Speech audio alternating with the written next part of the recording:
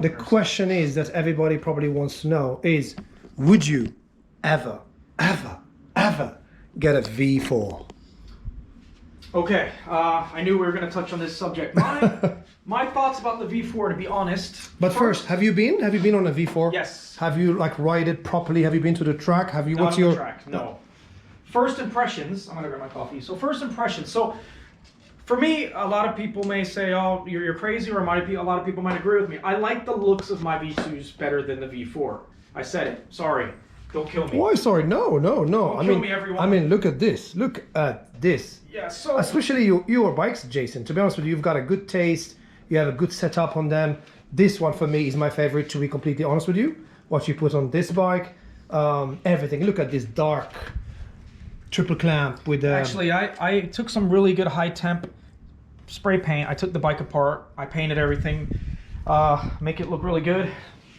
So, but at the same time, look at this bad boy. Yeah. Well, let me tell you about my feelings. So I haven't been on the V4R, honestly, but I have been on the V4S. Okay. I rode it for a good hour or so, and I've actually ridden it quite a few times because I go to the Ducati dealer a lot, and when I'm there, I'm like, let me get a test ride of the V4S again, just for shits and giggles. He knows I'm not going to buy one.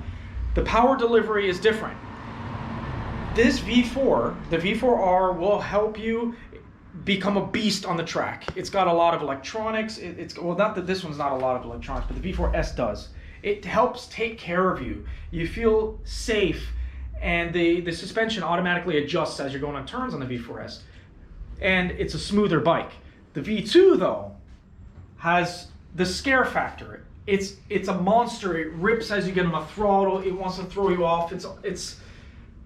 You have to really be. I'm not saying you have to have bigger balls to ride this, but to be able to be I think that's what it is. Yeah, but to be fast on this, it's harder to be fast on this than this. Not only because of the technology. To really ride a V2, you really have to have experience. Yeah. This is for me what I felt when I had the 1199R. Yeah. I felt the bike is light, but at the same time, when you said about the FE, I couldn't put the full throttle. No. The bike does things that I'm like, whoa, unpredictable. It flicks so fast. It's amazing. Vibration, I didn't enjoy it that much on a V2. Yep. Heat is about the same, to be honest. Yeah. In these bikes, the way I would describe these is this bike would be more like a scalpel or a clean cutting smooth bike. It's not so trying to jump out of the air, jump out from underneath you. Whereas these ones are more like a machete. These ones are just like I don't even know how to explain it. They're like and you feel powerful on these more than you do this. Just my feeling, right? Because of the way it vibrates, the way it's aggressive. I have to give you the art to ride it, man. It's different. I swear. You remember when I drove no, I drove the R from Guy. Linden rode your. I had the V4S, and Guy told me, "Do you want to try my R?" And I'm like, "All right, I think it's gonna be the same." But to be completely honest with you, I'm a big fan of the Ducatis, and I've been trying and testing, and I have never seen such a big change between an S and R until this. The S has 1.3, was it? CC. Yeah. And this R has 998 cc. So they made the engine smaller for the WSBK. It's compact. It revs to 16,500 RPMs.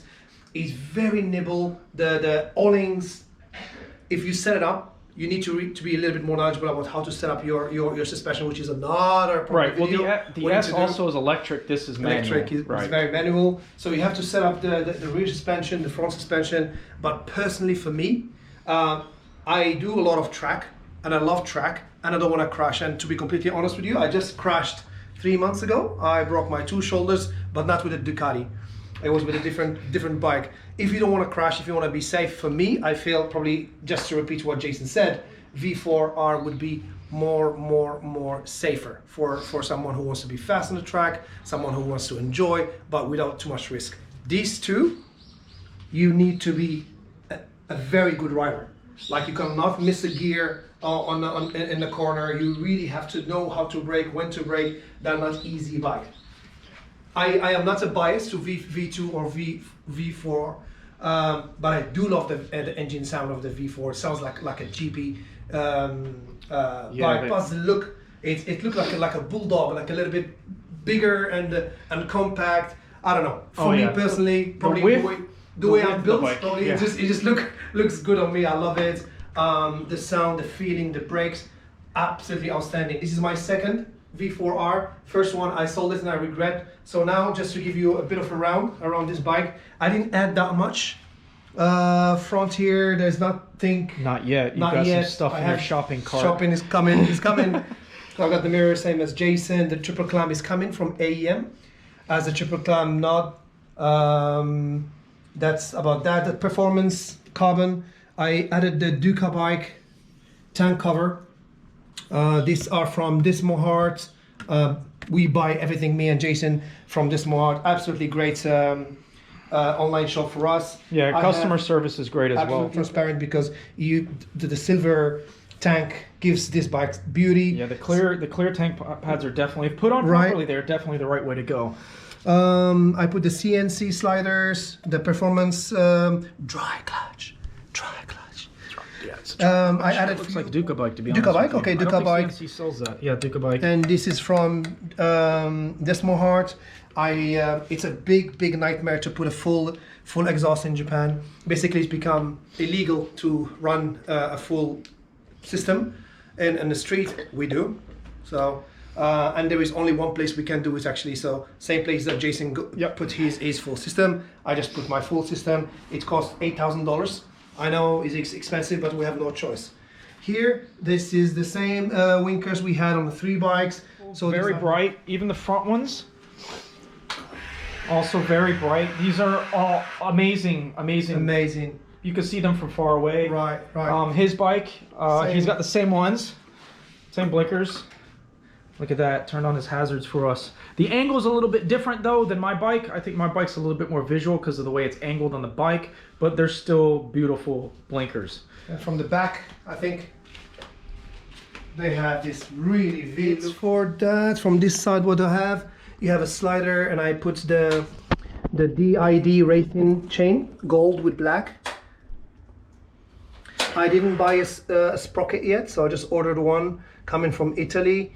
From Dismohart again, so it's gonna be black on black. I love Jason specifically. It's really beautiful, absolutely amazing. So I'm gonna probably copy him, CNC, the exact set I'm gonna get, and I might get some BST carbon fiber rims in the future, and that's about it. I'm still recovering. I haven't recovered properly, so I need a few more months. I'm not gonna go to the track. There's your hazard button on this. Here, bro. Here you go. The top, hello. sorry. I'm not familiar. Mine, you have to hold the turn signal to the left or Yours right. is so sensitive. Sorry. So, Jason, what do you say? We take them for a ride? Yeah, what do you feel? Say let's get some cruising done. I'm ready to take a cruise on this again because I haven't been riding this as much as I'd like. I mean, of course, it's a special edition bike. There's only a handful of them made in Japan. There's probably 15 of them. Yeah. So I'm one of the few people that were lucky enough to own one. But I, as much as I'd hate to put more kilometers on there, I just want to ride the hell out of it. Let's go, man. Let's go. Let's go. All right, guys. So we will be out for a ride, and probably we'll take more few videos, and we'll get back to you. Cheers. Yep. Cheers, guys. All right.